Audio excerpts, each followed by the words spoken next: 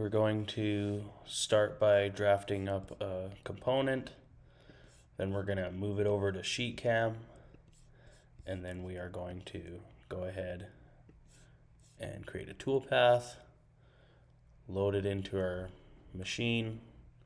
We're going to hook up our machine and cut the part. So let's get rolling. First thing I want to do is I want to create a sketch. Select between the green and the red.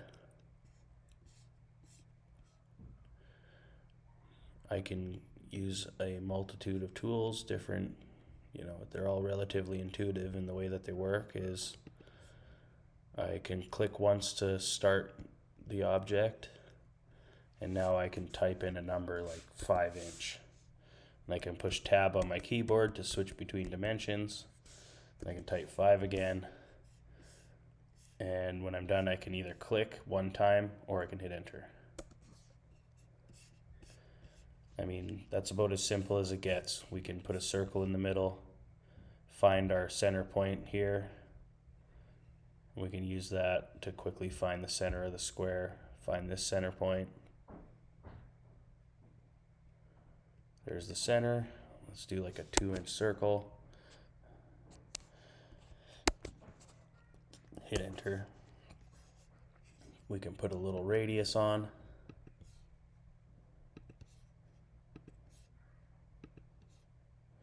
Hit enter, or type in a different dimension, maybe 1/2 inch or 1/4 inch.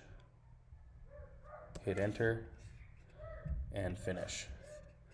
From here, all we got to do, right click this sketch here, export DXF, and save it to your USB drive.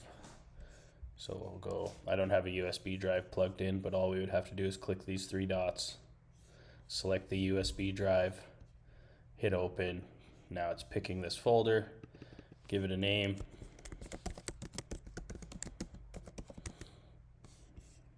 Hit save. And now I will head over to the other computer and probably just load a DXF file I've already got over there.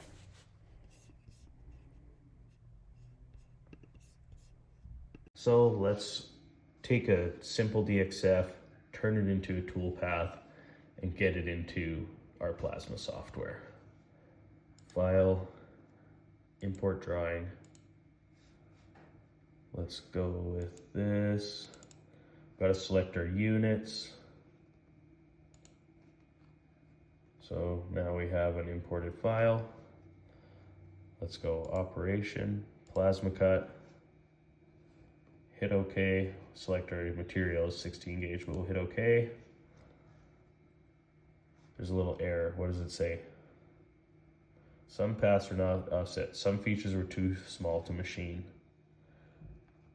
So there's like a little artifact, like I left some kind of a point from Fusion 360 there. That's what it's talking about. I'm just gonna ignore that and continue. So we made our tool path. We can go option, we can go mode, we can go nesting. We can move our toolpath around now. We can copy it. We can duplicate it.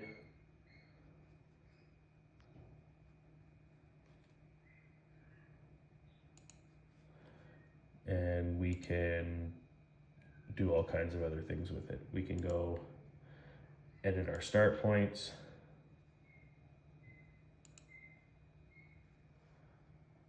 Oh, I'm in the wrong one. You can edit our start points in the original one. So make sure you're in the top of it. And it kind of controls the toolpath in all of them. So I can pick where I want it to start.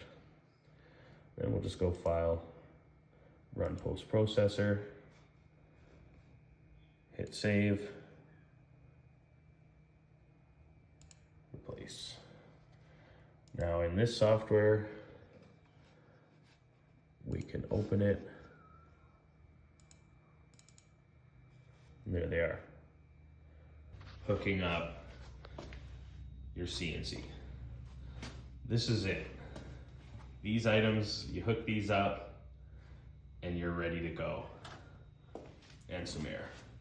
So the first thing we've got, our torch connector. Line up the notch.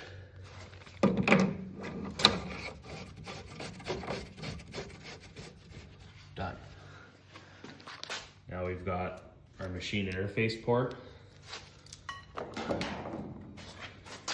So we just take the whole box, slam it on the side. Then we've got a alignment port. So let's line that up with the white dot on the side of that.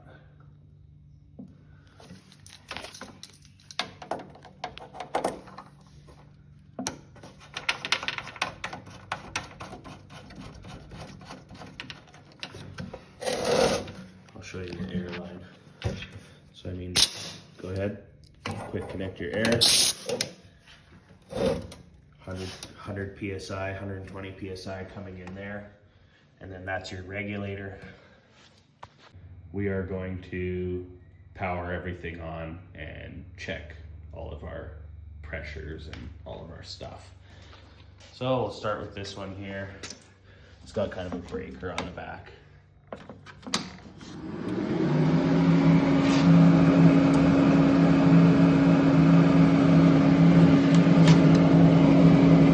Make sure we're on CNC mode. Auto or tip saver is okay. I'm gonna go 65 amps. 70 is a good sweet spot, as you can see. Sweet spot. 10-second pulse flow is lots for most stuff. So that looks good. Our air pressure is good. Our power is good. Come over here. We'll turn this on. So now that that's powered on, we will come over to our computer.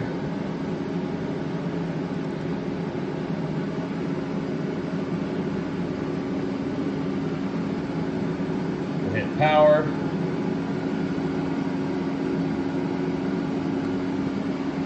So we're ready to start homing.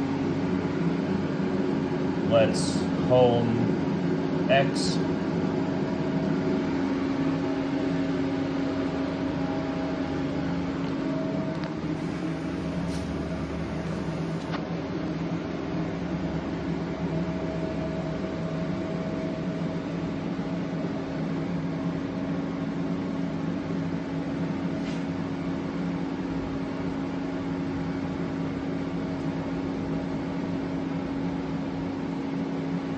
So X is homed. As you can see, it lights up red now that that's home. Let's home Y.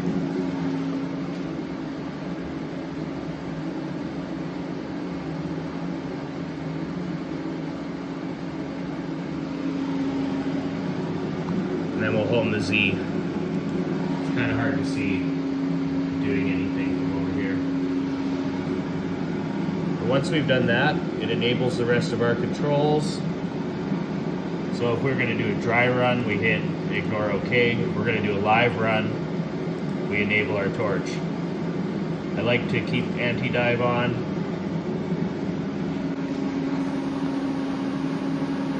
And from here we can open a file.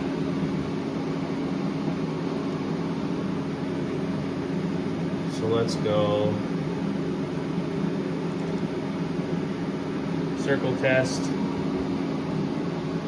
Well, now that we're ready to start cutting, I can just use the arrows on my keyboard and I can line up the edge of my material. I'm going to go in between a slat so I don't burn the slat. So page up, page down, up, left, right, down. So now that I'm at the spot I want to be at, I'm going to go over to the computer and I'm going to zero it out.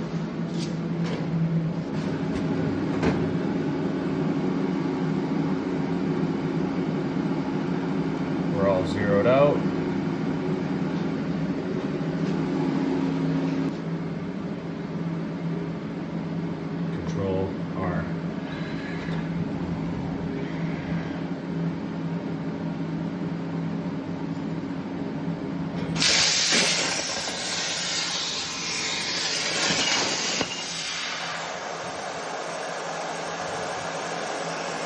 Saw how slow it was probing.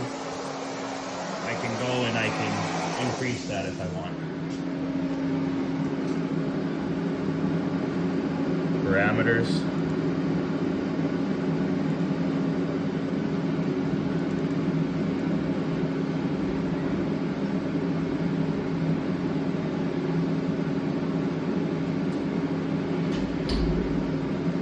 Save.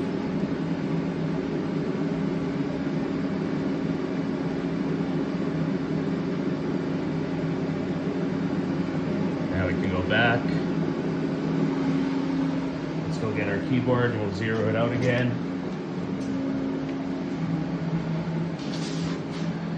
Let me just zero it out above.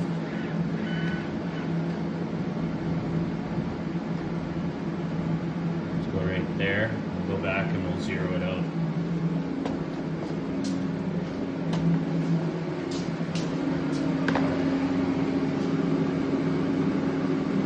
Zero. Control R. The probe should be faster.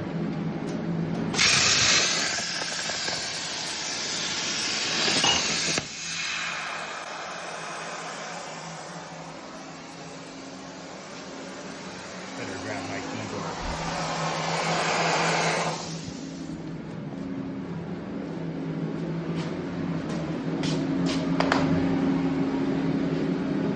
So I mean, that's a basic cut. I guess I'll call that the end of this video.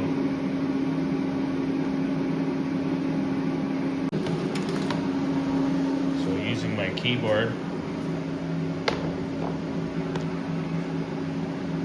pushing up,